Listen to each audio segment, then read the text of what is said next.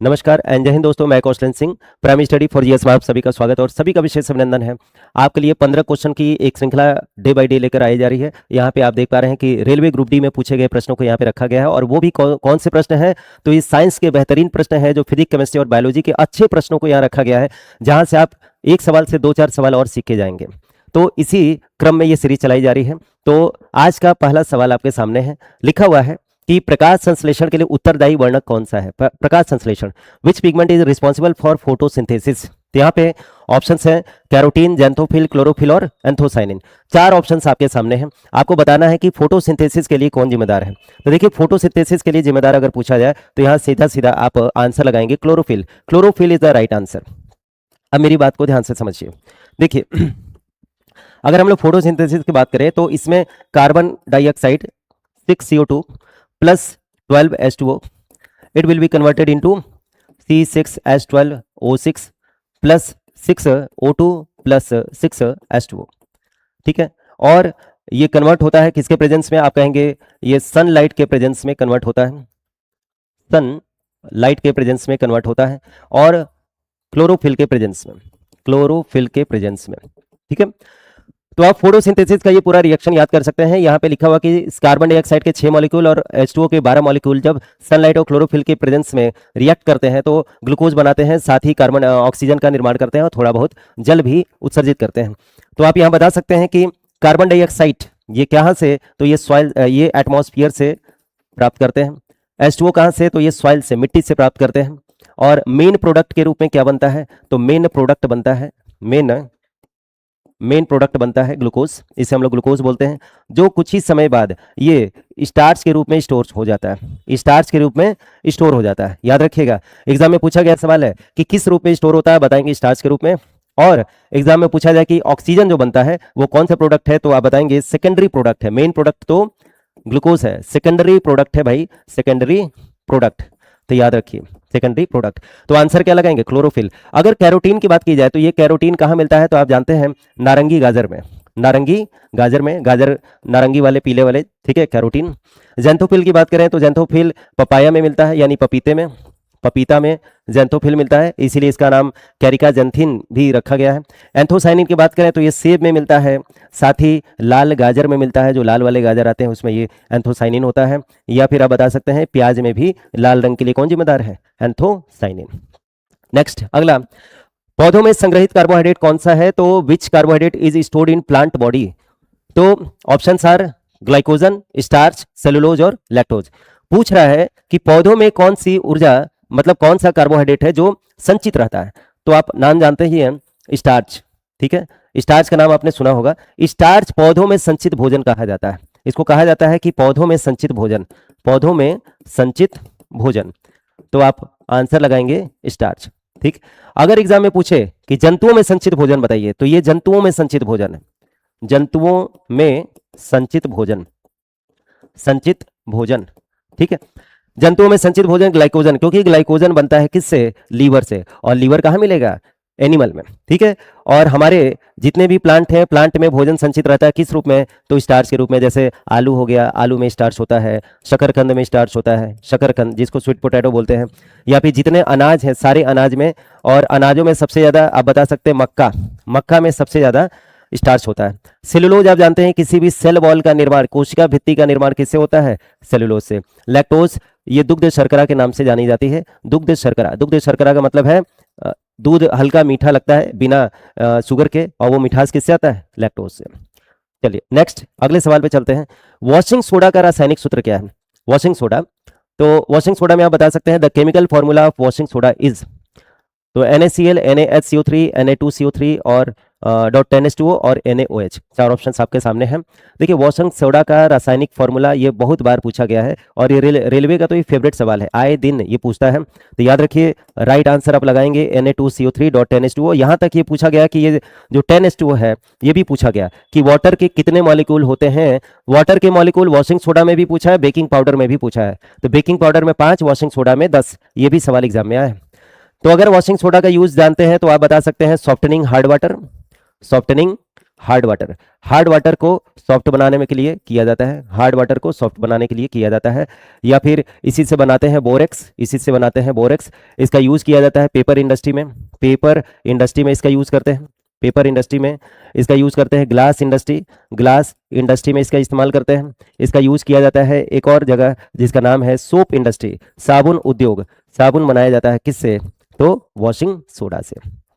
Next लिखा है कि ठोस का सीधे गैस में बदलना क्या कहलाता है? The process of conversion of solid directly into gas is called.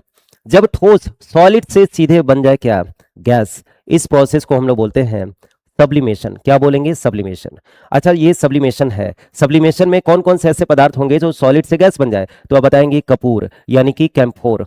Kapoor क्या है? ये सीधे सॉलिड से गैस बन जाता है। या फिर नैप्थलीन बताएंगे, naphthalene ball, naphthalene ball, naphthalene की गोली, जिसको हम लोग फिनाइल की गोली बोल देते हैं बोलचाल में, ठीक है।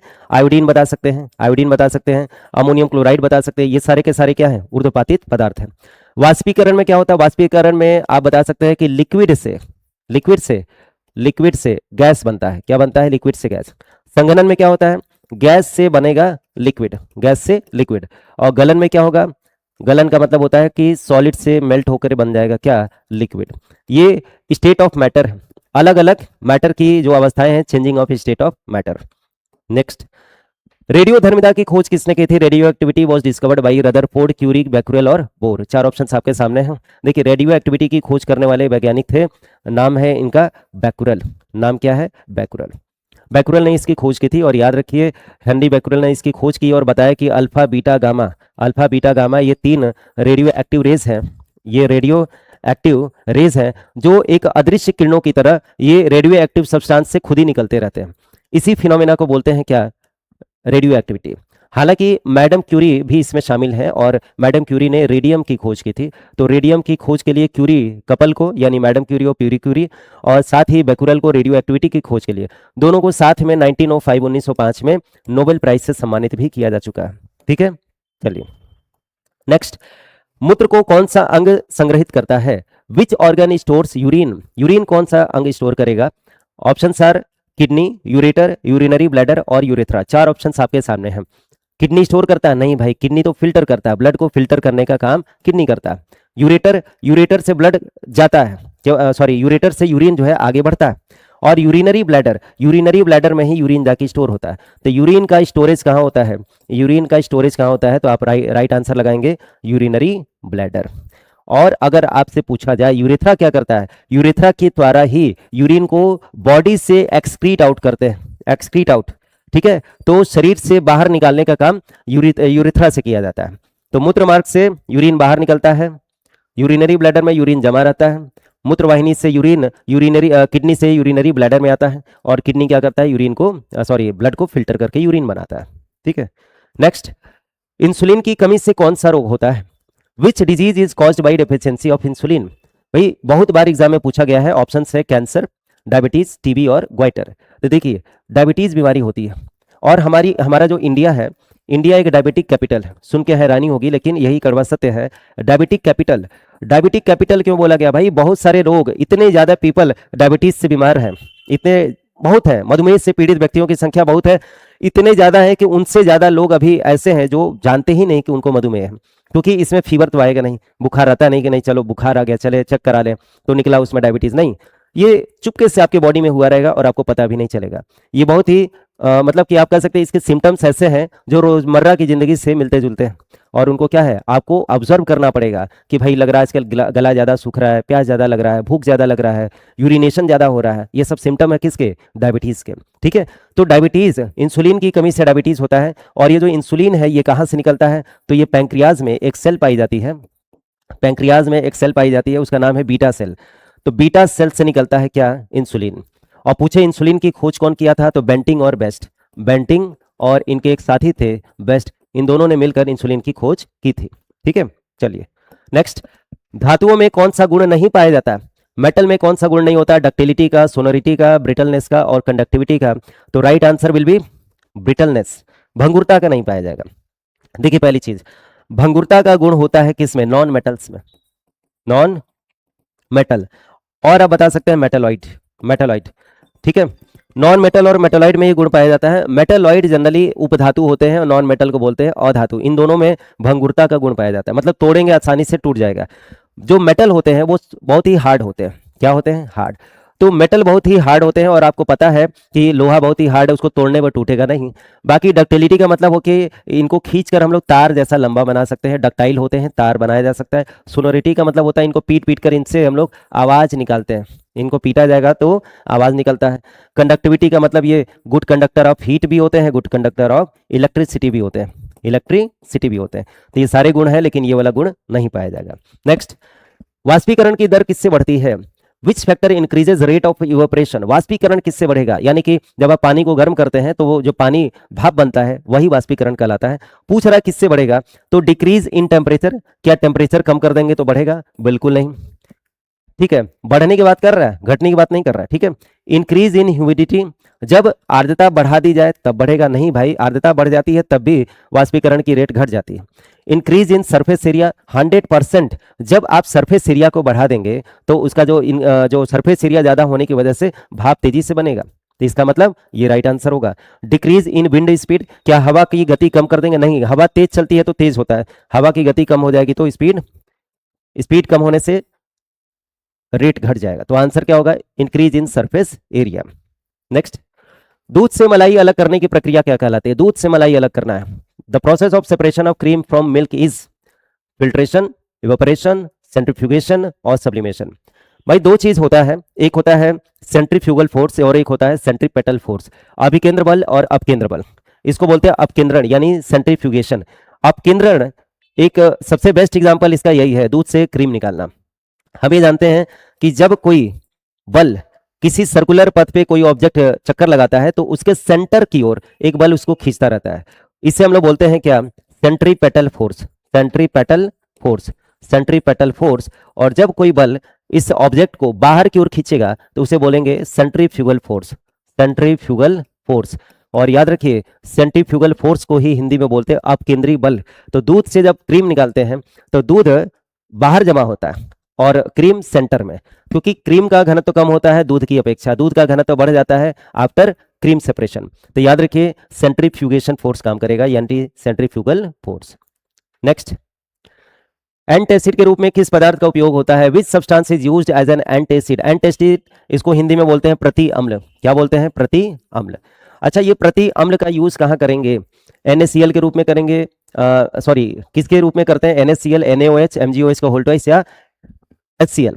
तो चार ऑप्शंस आपके सामने हैं और आपको कई बार ये ऑप्शन मिलेगा एग्जाम में कि मैग्नीशियम हाइड्रोक्साइड, इसको मिल्क ऑफ मैग्नीशिया के नाम से जानते हैं। Milk of magnesia, milk of magnesia क्यों बोलते हैं? क्योंकि ये दूधिया रंग का होता है, इसलिए इसका नाम पड़ गया मिल्क ऑफ मैग्नीशिया। याद रखिए, मिल्क ऑफ मैग्नीशिया का यूज किया जाता है एंटासिड के रूप में, क्योंकि इसका पीएच वैल्यू होता है कितना? 10.5। और 10.5 है, इसका मतलब ये दुर्बल अम्ल है, दुर्बल क्षार है। क्या है? दुर्बल क्षार। और इसका यूज किया जाता है पेट की अम्लीयता को कम करने के लिए, एंटासिड के रूप में किया जाता है। जो हमारे एसिडिटी को कम कर दे उसे बोलेंगे हम लोग एंटासिड या फिर प्रति अम्ल। ठीक है, नेक्स्ट, ब्लीचिंग पाउडर का रासायनिक सूत्र क्या है? ब्लीचिंग पाउडर लिखा हुआ है कि the chemical formula of bleaching powder is CaOCl2, CaCl2, NaClO, CaOH का होल ट्वाइस। देखिए चार ऑप्शंस हैं और आपको कम से कम फॉर्मूला याद होना चाहिए। अगर आप रेलवे की तैयारी कर रहे हैं तो उनका कॉमन नेम के साथ उसका रासायनिक नाम भी याद होना चाहिए। याद रखिए, कैल्शियम हाइपोक्लोरेट, कैल्शियम हाइपोक्लोराइट, CaOCl2, ये ब्लीचिंग पाउडर है। अच्छा, पूछा जाए कि ब्लीचिंग पाउडर का यूज कहाँ है, यूजेस, तो आप कहेंगे ब्लीचिंग पाउडर का यूज होता है कपड़ों पर से दाग धब्बे हटाने में। दाग धब्बे पड़ जाते हैं, आपने ध्यान दिया होगा कि सूती कपड़े पे, लिनन कपड़े पे दाग धब्बे पड़ गए, उस पर ब्लीचिंग पाउडर डाल के साफ कर देते हैं। ठीक है, या पानी को, पीने के पानी को, वाटर को बैक्टीरिया फ्री बनाने में, बैक्टीरिया फ्री बनाने में भी किया जाता है, बैक्टीरिया फ्री। ठीक है, बैक्टीरिया फ्री बनाते हैं। और क्या करते हैं? और देखिए, नदी नालों में इसको डाल दिया जाता है उपचार के लिए, ये भी है। या फिर बाढ़ग्रस्त एरिया में इसका छिड़काव कर देते हैं। पानी में देखिए, स्विमिंग पूल में डाल देते हैं, स्विमिंग पूल में, स्विमिंग पूल का पानी रोज रोज तो बदला नहीं जाएगा, तो उसमें बैक्टीरिया मारने के लिए, उसको साफ सुथरा रखने के लिए ब्लीचिंग पाउडर का यूज किया जाता है। ब्लीचिंग पाउडर से ही बनाते हैं क्लोरोफॉर्म, CHCl3, ट्राइक्लोरोमीथेन, क्लोरोफॉर्म भी बनाया जाता है किससे? Bleaching powders. बहुत सारे यूजेस हैं। ठीक है, नेक्स्ट, परमाणु रिएक्टर में ईंधन के रूप में कौन सा तत्व प्रयोग होता है? Which element is used in nuclear reactor as fuel? परमाणु रिएक्टर में देखिए थोरियम, यूरेनियम, सोडियम और ग्रेफाइट बहुत बार का पूछा गया सवाल है। न्यूक्लियर रिएक्टर जब भी हम लोग पढ़ते हैं तो उसमें ये क्वेश्चन आता ही आता है। और याद रखिए यूरेनियम का इस्तेमाल करते हैं परमाणु रिएक्टर में। क्या पूछा है? ईंधन के रूप में। ईंधन के रूप में या तो यूरेनियम 235 का इस्तेमाल करेंगे या तो प्लूटोनियम 239 का इस्तेमाल करेंगे। ठीक है, नेक्स्ट। सर्च लाइट का परिवर्तक कौन सा है? सर्च लाइट जब भी पूछा जाए कि which mirror is used as a reflector in a searchlight, तो आप ऑप्शन लगाएंगे। देखिए उत्तल दर्पण दिया है, अवतल दर्पण है, बेलनाकार दर्पण है और समतल दर्पण है। 4 ऑप्शन आपके सामने हैं। सर्च लाइट की बात कर रहा है। अब सर्च लाइट बोल दे, हेडलाइट बोल दे, टॉर्च बोल दे, सब में आप जानते हैं कि अवतल दर्पण का इस्तेमाल होता है। तो राइट आंसर क्या होगा? अवतल दर्पण। राइट आंसर आप लगाएंगे अवतल दर्पण, कॉनकेव मिरर। अगर आपसे यूजेस पूछ ले कॉनकेव मिरर का, बताइए। टॉर्च, टॉर्च में यूज करते हैं। आप बता सकते हैं सर्च लाइट, सेना के पास सर्च लाइट होता है ना, सर्च लाइट में इस्तेमाल करते हैं। ये देख ही रहे हैं सर्च लाइट। फिर आप बता सकते हैं गाड़ी के हेडलाइट में इस्तेमाल करते हैं, गाड़ी के हेडलाइट में। सोलर फर्नेस में इस्तेमाल करते हैं, सोलर फर्नेस में इस्तेमाल करते हैं, सोलर फर्नेस। सोलर कुकर में इस्तेमाल किया जाता है, सोलर कुकर में इस्तेमाल करते हैं। और जो डेंटिस्ट के पास प्रोप मिरर होता है, डेंटिस्ट के पास जो दांत में डाल के इधर उधर चेक करता है दांत की स्थिति, तो वो डेंटिस्ट का जो प्रोप मिरर है, इंस्ट्रूमेंट है, उसमें भी इसका इस्तेमाल किया जाता है। अन्य कई जगह इस्तेमाल करते हैं। ये तो बहुत कॉमन चीजें हैं जहां जहां इस्तेमाल हो रहा है। नेक्स्ट। कपड़े से स्याही तथा जंग के दाग हटाने के लिए किस अम्ल का उपयोग करते हैं? लिखा हुआ कि which acid is use to remove ink and rust stains from clothes. Option are विरंजक चूर्ण, ऑक्जेलिक एसिड, धावन सोडा, टार्ट्रिक एसिड। अब ध्यान देने वाली बात यह है, एग्जामिनर ने यहाँ पे खेल क्या खेला है, यहाँ पे अम्ल पूछा है। और हम ये जानते हैं कि ब्लीचिंग पाउडर का भी यूज किया जाता है क्या करने में? दाग धब्बे हटाने में। लेकिन जब अम्ल पूछा है तो अम्ल के रूप में ऑक्जेलिक एसिड लगाएंगे। क्या लगाएंगे? Oxalic acid. अगर अम्ल नहीं छपा होता तब आप विरंजक चूर्ण लगा सकते थे, लेकिन आप आंसर लगाएंगे अम्ल। और याद रखेंगे इंक का भी दाग इसी से छूटता है, ऑक्जेलिक एसिड से। ठीक है, चलिए। तो ये थे शानदार 15 प्रश्न। आई होप आपको ये श्रृंखला अच्छी लगी होगी, प्रश्न अच्छे लगे होंगे। और ये प्रश्न आपके रेलवे ग्रुप डी में पूछे गए हैं। इसी तरह के बेहतरीन प्रश्नों की श्रृंखला से जुड़ने के लिए आप लोग इस चैनल को सब्सक्राइब करें और दूर दूर तक शेयर करें, अपने दोस्त मित्र भाई बंधु सबको ये पहुंचाएं ताकि उनको भी ये लाभ मिल सके। धन्यवाद, थैंक यू सो मच।